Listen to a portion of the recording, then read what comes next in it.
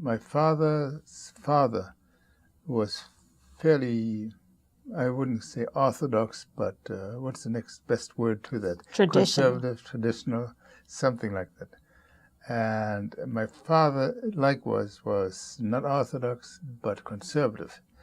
And in the way the Jewish community was organized in Hamburg, there were, I think, 4 synagogues there, of which one was in a Sephardic synagogue, which unfortunately I never attended, although to this day I wish I had.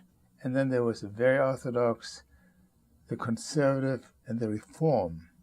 And we belonged to the Conservative, which meant that the services were in Hebrew primarily, and I guess the sermon was in German.